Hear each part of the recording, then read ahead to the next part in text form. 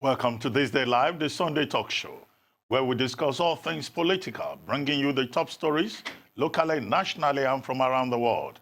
I'm Ruben Abati, and This Day Live begins now.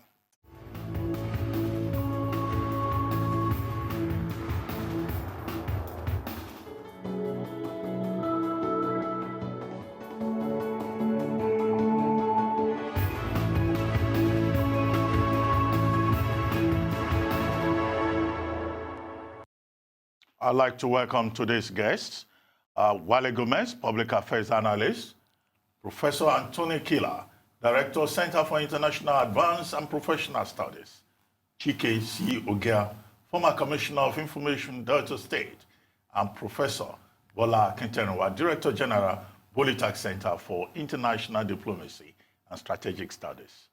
Gentlemen, good to have you again on This Day Live, the Sunday talk show. Let's begin in Nigeria with a major event that occurred during the week. Out of the 43 ministers recently inaugurated by President Muhammadu Buhari, 5 of them will contend with serious issues following the myriad of challenges on ground at their respective ministries. President Muhammadu Buhari had in the ministerial retreat before the inauguration charged the ministers to be ready for laborious days ahead as they settle down for their ministerial duties. So the challenges cutting across national spheres will be coming up, like the morning dew. Here are the ministers with biggest tasks ahead.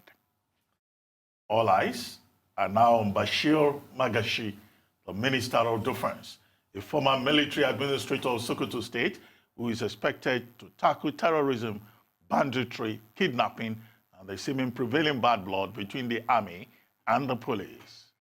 Then we have Rauf Aregbesola, the new Interior Minister, a two-time governor of Osun State and an engineer who shocked the country when he admitted that he knew nothing about the ministry.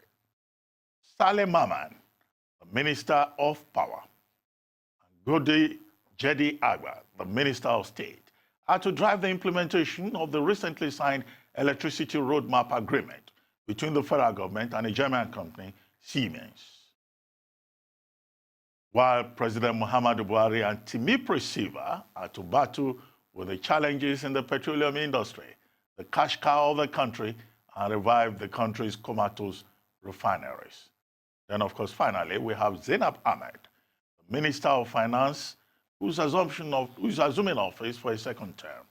Poor budget implementation is a challenge the minister will have to look into. The quest to return the country's fiscal year to January-December also is a challenge before the Minister of Finance, Budget and National Planning, as she's now called. Well, gentlemen, just to give a snapshot of what is before us, 43 ministers have been inaugurated at last. And we have the Minister of Petroleum still being the President himself, President Muhammadu Buhari. And there have been quite a number of fallouts since the inauguration. Concerns, for example, about the distribution of the portfolios. Some people insist that too many senior ministries, 10 of them total, were zoned to the Northwest, which is the region that the president comes from. Some people have expressed concern that there is, technically speaking, no young person in the cabinet, and that even the Minister of Youth and Sports is over 50. Some people have also said the women in the cabinet have not been given, strategic ministries. Although Zainab Ahmed has a super ministry of budget, national planning, and finance. And then you have, the new ministry on disaster management and humanitarian, activities that is also led by a woman. And so on and so forth. So many observations. But what do you think? Professor Killer, we haven't seen you for some time. For some time. So it's good to have you back. Yeah, I've been working on the ministerial list. No, but, well, you see, a lot of things, and where do we start from? I think it's a shame that we have to dissect the ministerial list looking at the zones they come from. It just shows you how pedestrian and how low we still are. We should be looking at merit. A good ministerial list, you have a name. Whatever happens, whatever anybody can say. If I had a ministerial list, if I had a ministry of editorial affairs to run, and I see a Reuben Abati, whether I agree with him or not, Reuben Abati is a guarantee on editorial matter. You know, that's the way we ought to be. But politics is not like that. Nigerian politics even less. I think it is a bad taste for the president to come from the Northwest and have more people come from the Northwest. You know, I think really, if you're the president and you come from a zone, it should be assumed that once you have the presidency, you should let others have more. That is good taste and that is fairness. If they want a killer manual on the sharing of power, there's a way to calculate it where you see a percentage of what the presidency has and what other ministers you have. But that said, we're where we are, and that is good. All these things said, I think we should wish well. This is where I should have started from. I really want to, because I make a lot of controversy with people. I really want to wish all the ministers all the very best, because as Nigerians, regardless of how we voted, once these people are now in power, as long as they're in power, we should wish them well and for the benefit of Nigeria. That said, the president did not promise anybody, either in deed or in his body language, that was going to change from the way he was doing things. There was no one time he personally said, I will give you more women. But there was no more time he personally said, I have listened to your concern and I will divide the thing in a way that reflects the country. So you really cannot plant tomatoes and expect corn. I didn't expect anything from him differently because he kept on doing the same thing and he won the election. So we need to live with that. That's the reality of the situation. I also think, however, and you know, Arabeshala said I don't know anything about it. It's good to be honest. He doesn't know. But it shows you that people can learn, and I'm sure he will learn, you know, very quickly. I think whatever you say, Rauf Arabeshala is a competent person. I think he has a good knowledge of governance. He hasn't been able to manage his state very well, because all of a sudden, at one point, he became the poster boy for non-payment of salary. But I think that's just management of affairs. I think he understands governance to do. Again, it's a bad thing that the country was left holding its breath till the last day they nominated these ministers. I hope the ministers of the future, you'll be able to easily predict who will do what based on their specialization and background. That is all I'd say. Now we just have to wait for them to work. In Nigeria, the Minister for Sports, Sunday Dare, at 50, is a very young boy. At 50, you just qualified to be chairman of the Youth Council in Nigeria. So stop saying there are no young people. If the man is just 50, that's a young boy to be in the Nigerian standard. Yes, well, the president on another program, I argued that even if he's 50, 52, that is still young. He's a very young boy. What are people saying? Some of my colleagues said, no, that once you're over 50, you're already an old man. Oh, no, leave them. But you agree that once you are 50, that's already midlife. Oh, no, people just say that, not in Nigeria. Well, we have not in Nigerian politics. Well, but you know that life expectancy in Nigeria is just about 55. So by the time you are 50, 51, 52, you are technically already an old man. Well, politicians don't think so. Otherwise, why did we have Atiku running against Buhari?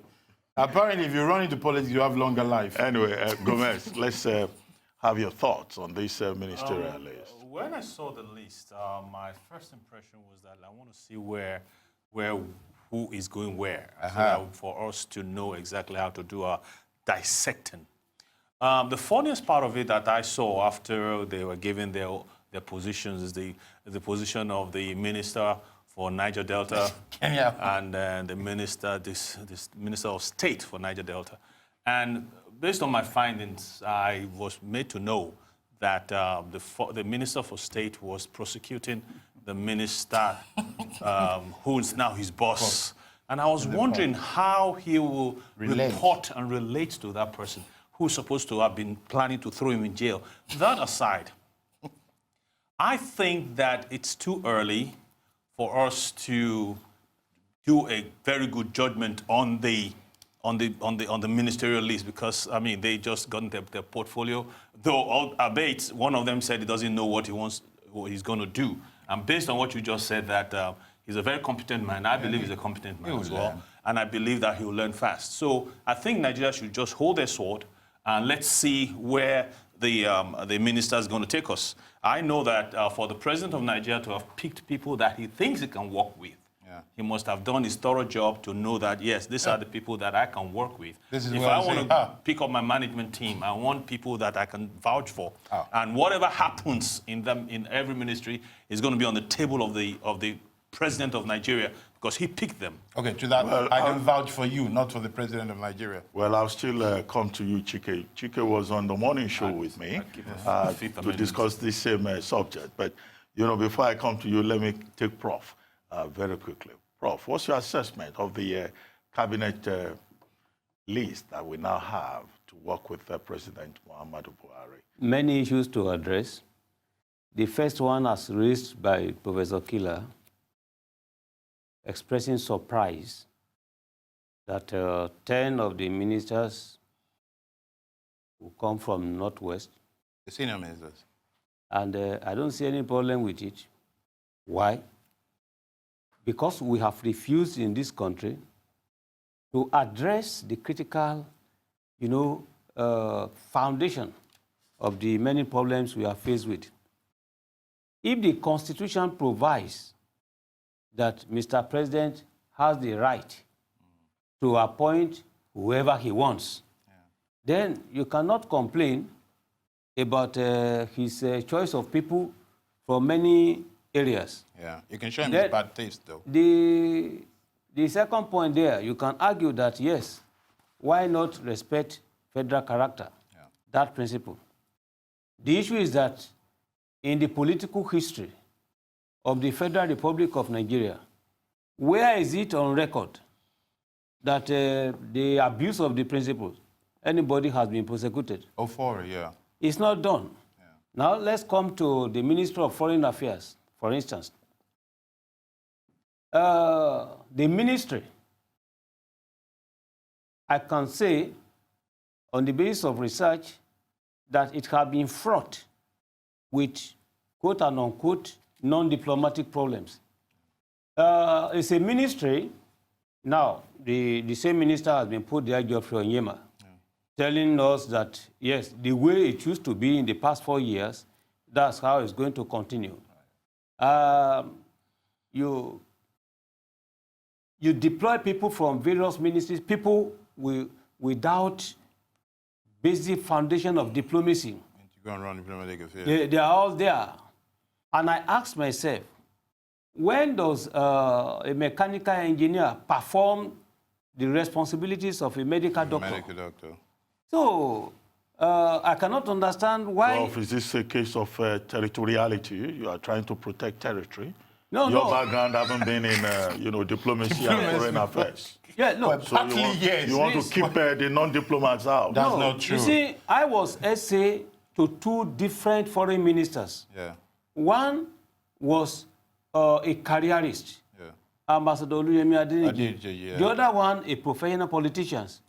Ojo Maduekwe. Ojo Maduekwe, very patriotic person. He didn't behave like a typical politician in diplomacy. Well, he has a name precisely that forces him to be now, national. I was also SA to a Minister of Interior. Yeah. So I have an idea of the runnings of how things are done in the Foreign Ministry and Minister of Interior. Now the issue is that our foreign policy in the past 4 years has always been reacting to international events. Yes. It's not programmatic. It doesn't have any focus.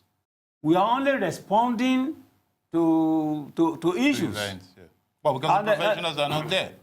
Yeah, That's because the professionals are there. They're not sitting down to think, so what do we do ahead of situations? Yeah, the people deployed there from one ministry or the other, or cross-posting from the state, they are just dumped there. And at the end of the day, they don't have the capacity to advise the Honorable Minister. We'll take a short break at this point. When we return, you'll complete that line of thought, and then we'll take very briefly Chike Ogia's contribution. We'll be right back. Stay tuned. This is still ThisDayLive, the Sunday Talk Show. You're still watching ThisDayLive, the Sunday Talk Show, here on the Arise News channel. Now, Prof, before we went on break, you were making some comments about our foreign policy process in the last 4 years and what you would like to see going forward. Yes, you see, there's no doubt about the professional competence of Geoffrey Onyema. All right? Before his appointment, he was an international functionary. Yeah, copyright. Functionary, that is, he was used to the system in international organizations as distinct from working in a purely described diplomatic mission. So that approach, I'm not quarreling with that. But the extent to which there is a sort of umbilical cord between him and the working staff is the issue. So I think that if he's coming this second term to be there, there has to be a change, either a change in continuity or continuity and change. Because the way we were always reacting to international events, take the specific case of South Africa. Nigeria's relationship with South Africa began at the level of what we call bilateral relationship. Then we moved to higher level, strategic partnership. Now, either bilaterally or strategic partnership, we've not been moving forward. Nigerians are day after day, month after month, killed. We are not talking again about binational commission. It's still the same thing. It doesn't solve any problem. And Well, Chike, let me bring you in here. I mean, Professor Kila earlier on made a point about Rauf Aregbesola, who says, he doesn't know anything about the Ministry of Interior. And Professor Kila says, well, he thinks he's a smart guy. He will learn very quickly.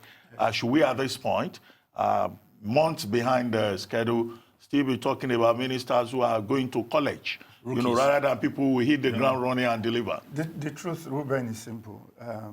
Ministers are political heads, we know. And where the real work will be done is within the system, of government, which is the civil service that drives it. But be that as it may, like you said, we're a country in a hurry to develop. We've lost so much time. We want to agree that the president has a right to work with those he's comfortable with. We also want to agree that the president, the Constitution gives him that power to so do.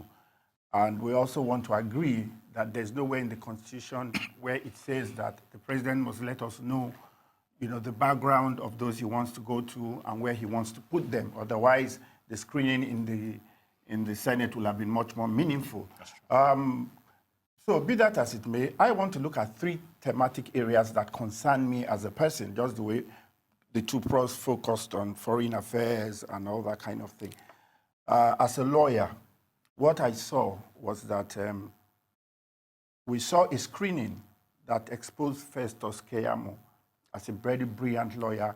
And obviously the thinking of the Senate was that, this is a man that is capable of going to the Ministry of Justice. And he told us about unbundling the Supreme Court, which is a very, very critical thing to do because I also know how much time that is being wasted. You go to the Supreme Court, you hear suit numbers of 1960, something still being called. He talked about unbundling it, decentralizing it, and all that. Now, Festus is not going to the Ministry of Justice.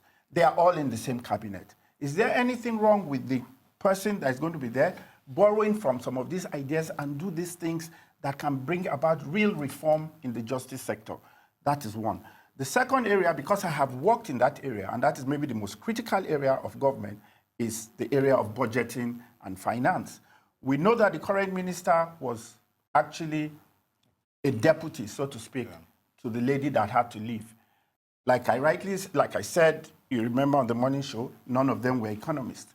I think in that level of government, you should have a strategic economist because, you see, budget and planning must involve a lot of economy. Yes, there's political part of it and all that. So in that area, I'm not too comfortable, but we'll see how it pans out. And of course, the final one is aviation, which is where I've been working for the past how many years. Yes, Hadi Sirika is back. He's an aviator, he's a pilot, he's a good administrator. I remember, if you recall, I said that Nigerian aviation right now is almost at its lowest ebb.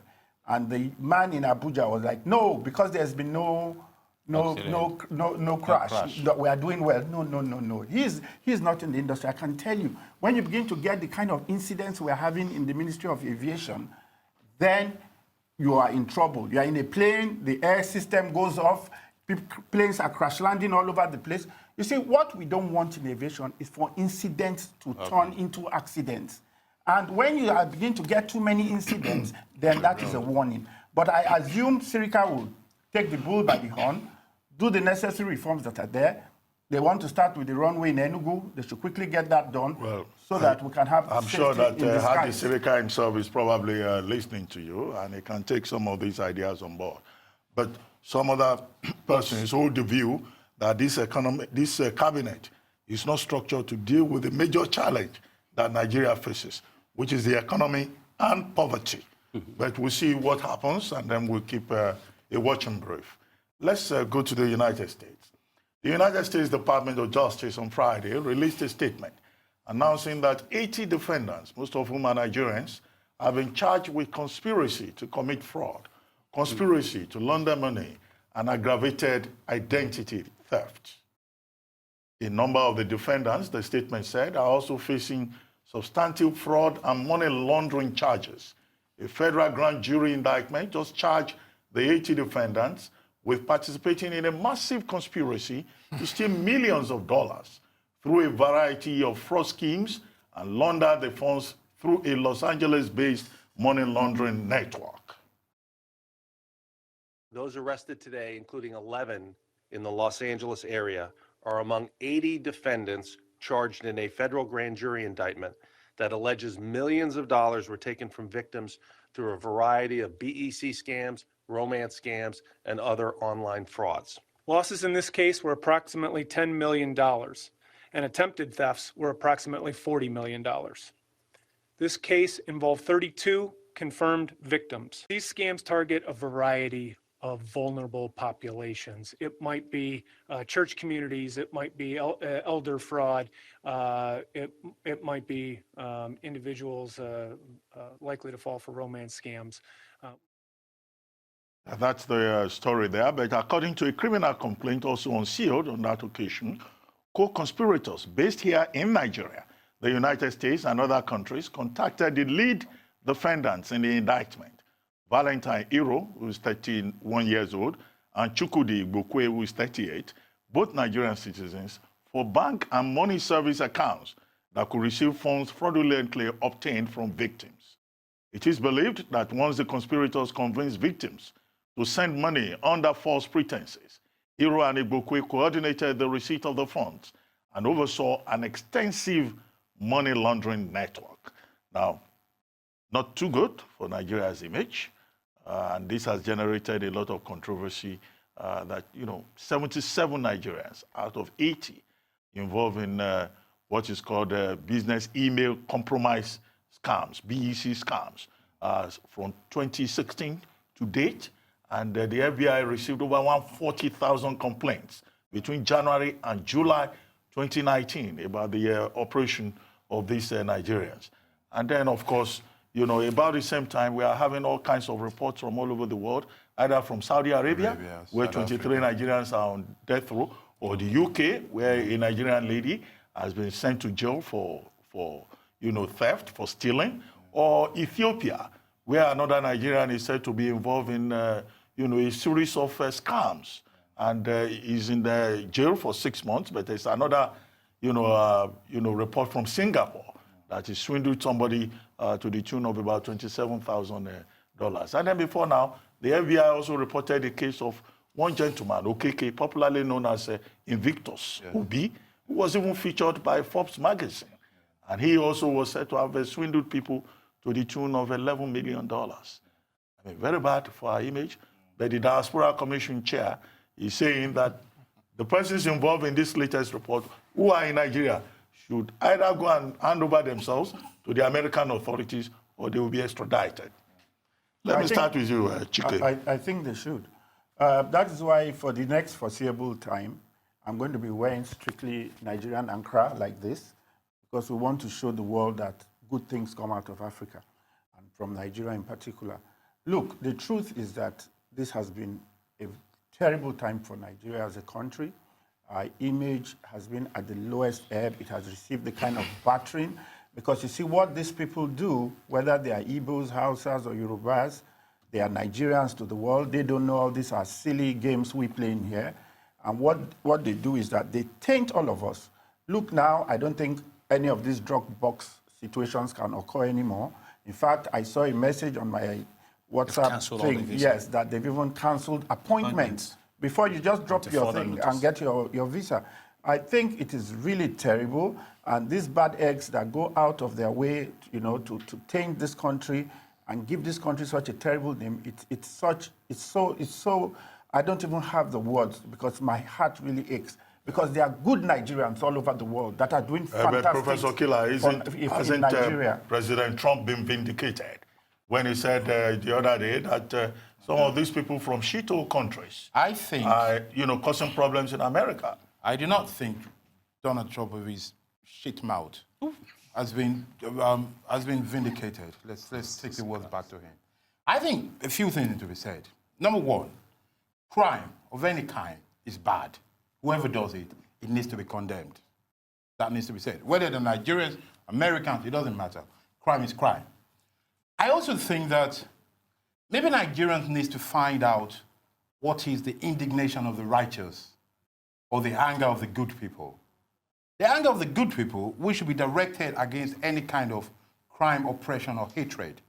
Because you see, beyond the moral sense, the reason why good people in the rest of the world are very quick to report criminal is because they don't like a situation whereby good people are working hard and bad people are reaping benefits of a good life.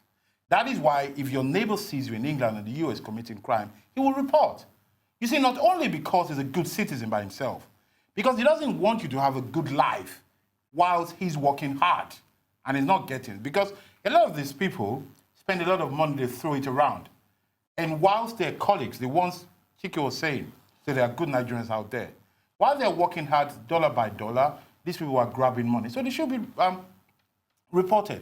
But we need to say two more things. Number one is that I do not feel in any way tainted, or do I feel I need to defend myself to anybody in the world because one of the Nigerians committed any crime. Well, we'll take a break now, and then you will talk about that second point. Yes. And then we'll move on to Prof. and Gomez. We'll take another short break here on This Day Live, the Sunday talk show. Don't go away. We'll be right back. Welcome back to This Day Live, the Sunday talk show. Well, before we went on break, Professor Killer, you had said you don't feel tainted by the criminal conduct of some Nigerians in the United States. And you had a second point. Yes. What's that second point? Well, the first one, let me finish it, because you see, as a matter of fact, crime and achievements are personal. It is one person that does a crime, and that crime should be laid to the front of that person. The person has a name and surname. And let me tell you something. This idea, and that takes me to the second point, that because some Nigerians have done something bad, all Nigerians should be paying for it, is archaic, it has nothing to do with the modern state, and is at odds with the fundamental element of law, which is everybody's innocent on the proven guilty. And the reason, and we think it's commonsensical, you see, it's a natural thing, but a lot of things in nature are wrong, including the people feel about their gender, if we want to put it. There are a lot of things in nature that needs to be corrected. One of it is what the law does, to say nobody should be treated as a suspect or should be treated with bias. It's wrong. The reason why countries can get away with bias against Nigeria, and this is what we need to look at, is because we have a bad government. We have a bad system that does not know how to defend its citizens. Because we do not have diplomats, and I got Professor Kiteria, he's right. Because we do not have seasoned diplomats who know how to use influence, moral suasion, not law.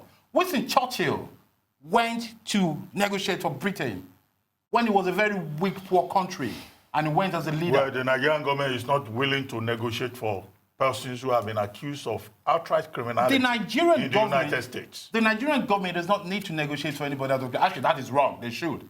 There's limit to what they should do. You see, but above all... People who have stolen $46.7 million. We're not talking about people who have stolen. We're talking about general Nigerians. The Nigerian government has not sat down to say, let us talk about the way visas are issued. The Nigerian government has not sat down to say, why is it that Amazon can sell to Nigerians but cannot allow Nigerians to sell on it?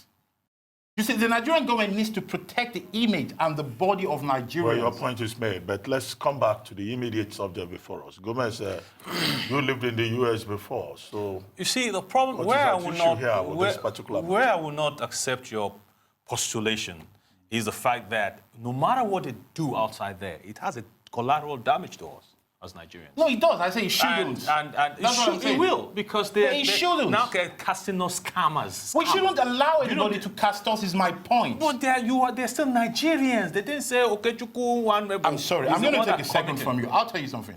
I went to an international university. I went to one of the best universities in the world. I graduated with the first class. I outclassed people from the rest of the world. When I got it, they didn't, because of that, start treating Nigerians as genius, did they? You see, that's the where, point. you see, when people see good things, Yes. they appreciate it. When they see bad things, they So categorize that's everything. interesting. We have Yes. 3 first-class degree holders in this, on this set. But Anyway, that's not up for discussion. the problem I have is, I want to look at it from another angle entirely. Now, when Americans, when they do the investigation, in the report, they said that they have been doing the investigation since 2013. Yes. So they have their facts very well before they pick them up. You know, the issue we have here is this.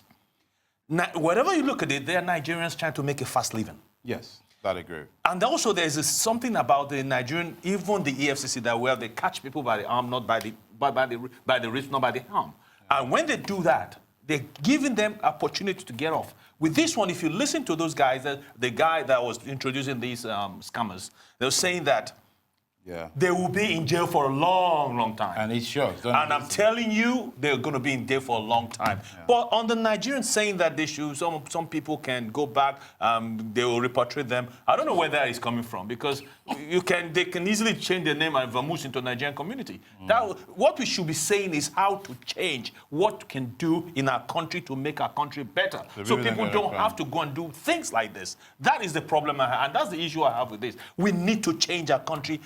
Go to Japan, go to South Africa, you see beautiful countries. Lekki has a corridor that we can build beautiful, beautiful beaches and enjoy our country. Why must we be treated this way? Why must we suffer and go to America and become scammers and mess up every Nigerian that's existing? I think it's crazy. Professor Atitewa, let me come to you. Why is it that Nigerians have become notorious? From Singapore to the US to the UK to Saudi Arabia. Is it about collapse of values, or is it about poverty, or is it just that, there's some kind of a DNA that is showing up? I don't want to be this DNA. DNA. We shouldn't talk about DNA. The issue is simple. A country that consciously aids and abets corruption must expect that its citizens traveling abroad will export that type of culture. I've argued a number of times. From my experience as a former Director General of the Nigerian Institute of International Affairs, I am convinced that government, which is claiming and seeking to fight tooth and nail corruption, is not doing the right thing. The anti-corruption struggle itself is happening at the top level, but they allow corruption to be growing from the stem. All right? So all these Nigerians that are found wanting overseas, they are only carrying, what is happening back home, abroad. It's as simple as that.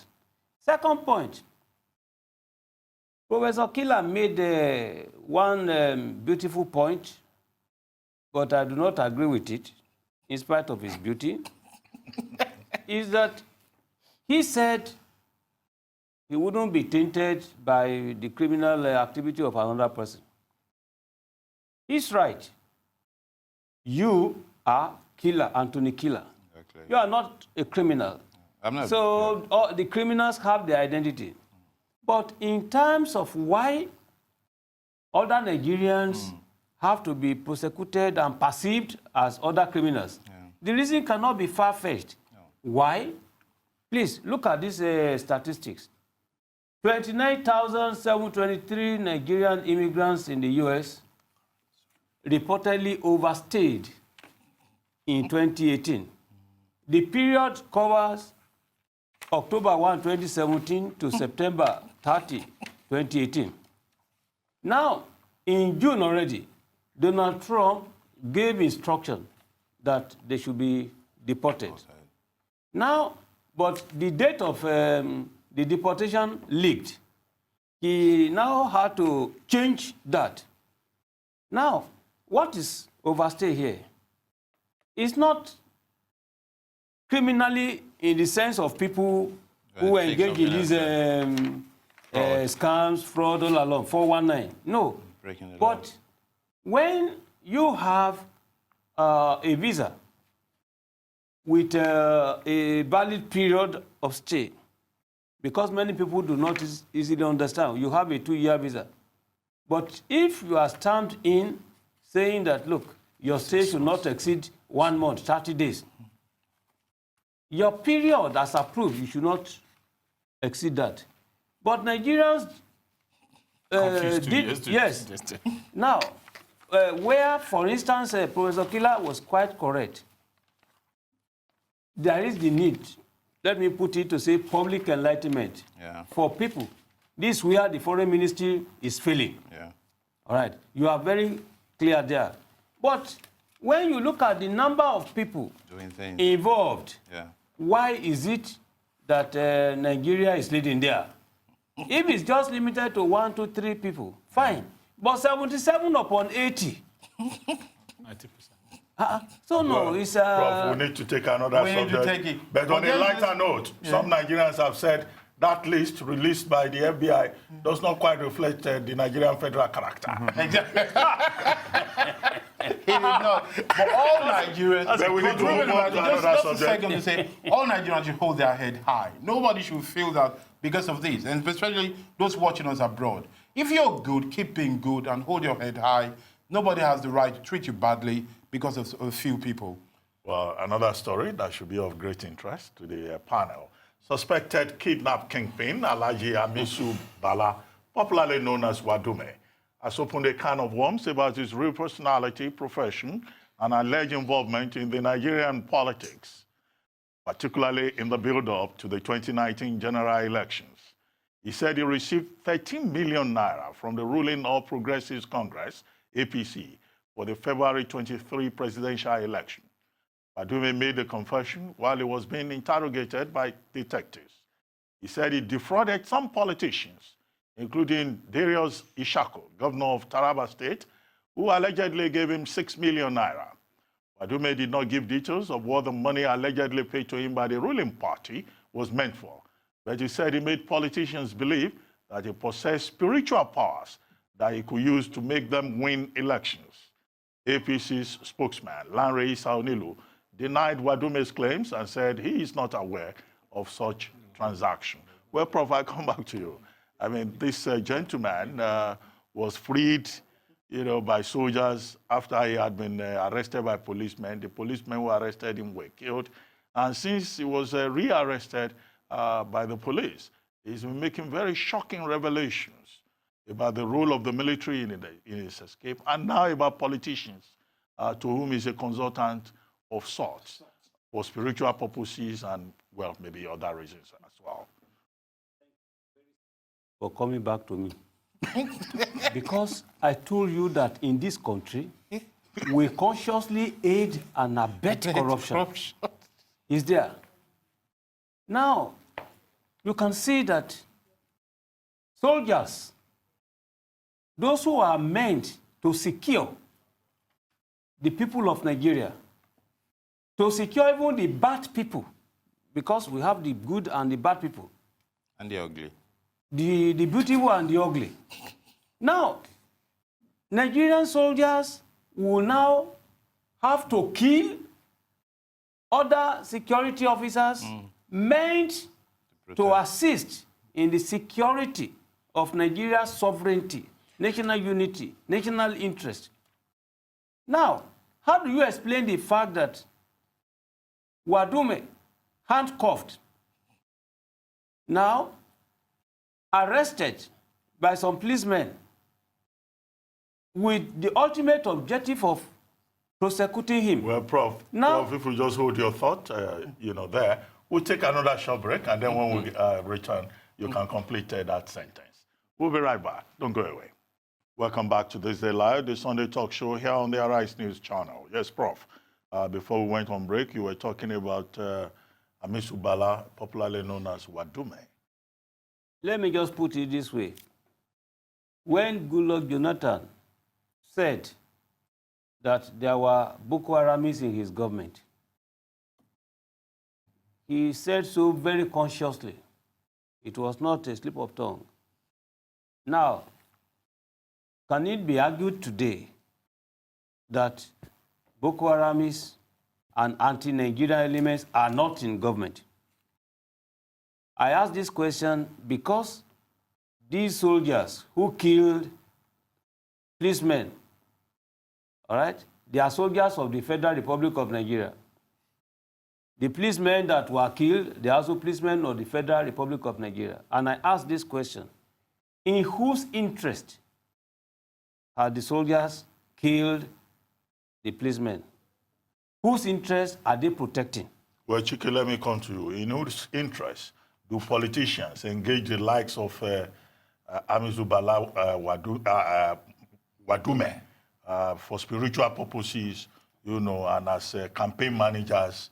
And how has that played out in Nigerian politics? You having been very close to politicians. Yes. Well, I have been in the field of politics. I don't know about being close to politicians. The truth is simple. Right in front of me, I have this day style for today. And there's a global icon who's 100 years sitting pretty right in front of the paper. Akintola Williams as 100. A man of tremendous value. And you begin to wonder, how has Nigeria gone from this to Wadume?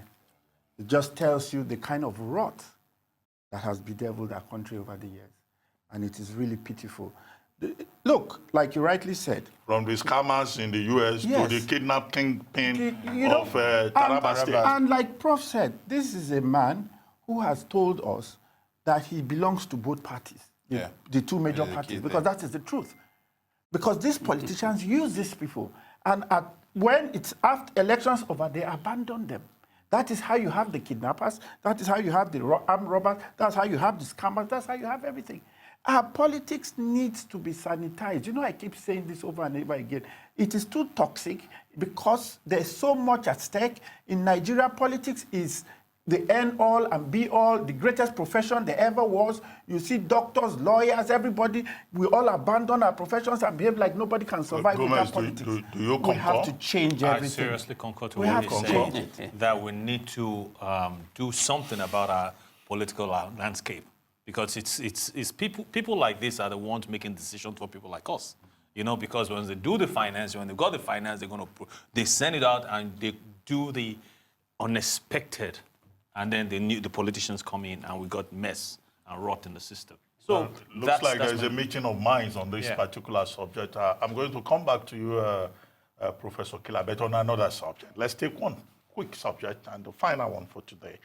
Brazilian President Jair Bolsonaro took to Twitter to criticize French President Emmanuel Macron for having a colonialist mentality for rallying G7 countries to address the Amazon crisis. Bolsonaro wrote that Macron is using an issue that is a domestic one for Brazil and other regional countries for personal political gain. Bolsonaro said that the suggestion that the fires be discussed at the G7 summit without participation by the countries in the region evokes a colonialist mentality that is out of place in the 21st century. Earlier, Macron tweeted that fires burning in the Amazon amount to an international crisis and should be discussed as a top priority when the G7 countries meet in France. He added that Macron highlighted a photo of a fire in the Amazon that is at least 16 years old and has been seen often in recent days on social media posts about the fires. In response, a spokesperson for the French president said Macron believes Brazil's President Bolsonaro lied to him in June when he reportedly promised to do more to combat climate change. This is all about climate change. Right. You know, and indeed the matter was discussed at BUHARI'S when the G7 met this weekend. And Boris Johnson, Prime Minister of the United Kingdom, has waded in to say that Emmanuel Macron is taking a position to block free trade because Macron has said, you know, he's likely to veto the EU-Mercosur deal, which of course involves other countries, Argentina, Paraguay, and Uruguay. But what do you think? How important is the Amazon for the health of our planet? Well, a very short answer to your question, it is very important. Then let me, a preamble, I know I'm going to disagree with Professor Akinteriwa because I'm a Westophilian, as it were, to put it in his own word. Two things need to be said. Amazon is very important. You said in one very long sentence, you used the phrase twice. This is a matter of climate affair. It's a matter of the environment, you said, using synonyms. It is true, but because of the foreign affairs as well, everything in politics is match. It's about power as well, not just about what you see on the surface. The second thing there is the matter of trust.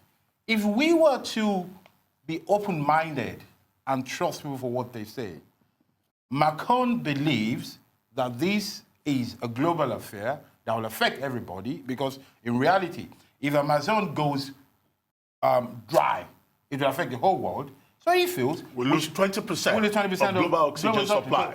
It is a global issue. Now, when forced, he adds that he promised me he was going to do something. I've not done anything about it. So I'm going beyond him, and I'm calling the world to deal with it. But the Brazilian president says, no, you're just being a colonialist, and you're using that to shine, and you want to use that to influence other things. Now, I'll leave it to Professor Akinteriwa, who's an expert of the conspiracy, because you said Chike Ojia is close to politicians. He's close to the diplomats, and they do a lot of bad things behind what they say in front.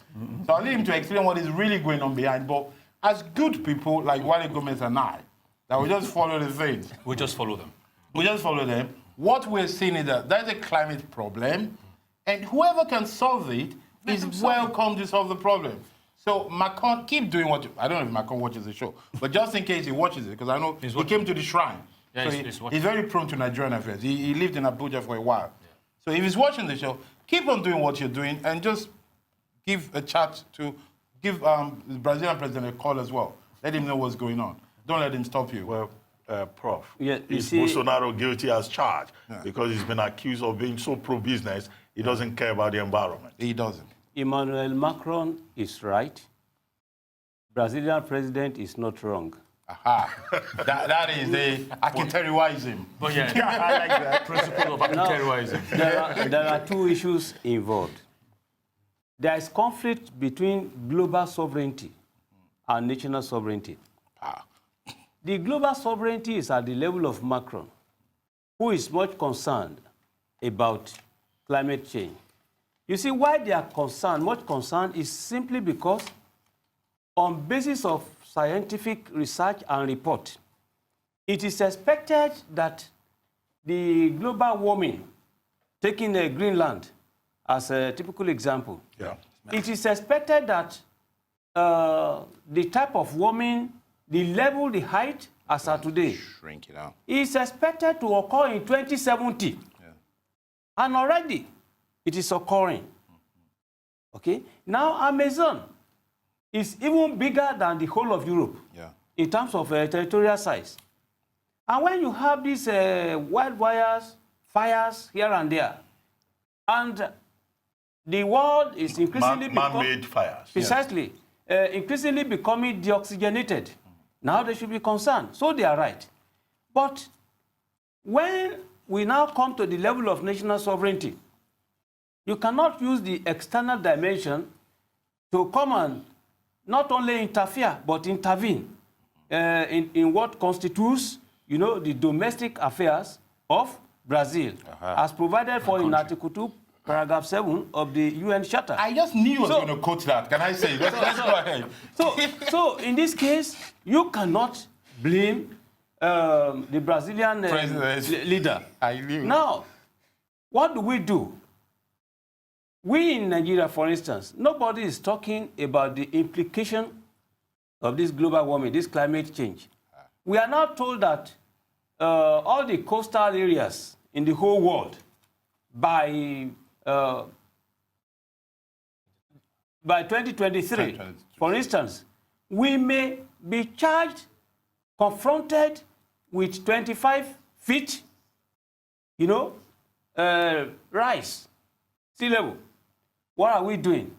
So I wouldn't blame Macron for drawing attention to these imminent dangers. Well, on that note, Prof, gentlemen, we have to wrap it up. I thought I was going to say something about Brazil, but I'm a Brazilian. Exactly. I'm a Brazilian. You didn't allow me to say something about my We've country. got to go. You've been watching This Day Live, the Sunday talk show here on Arise News. I'm Ruben Abati.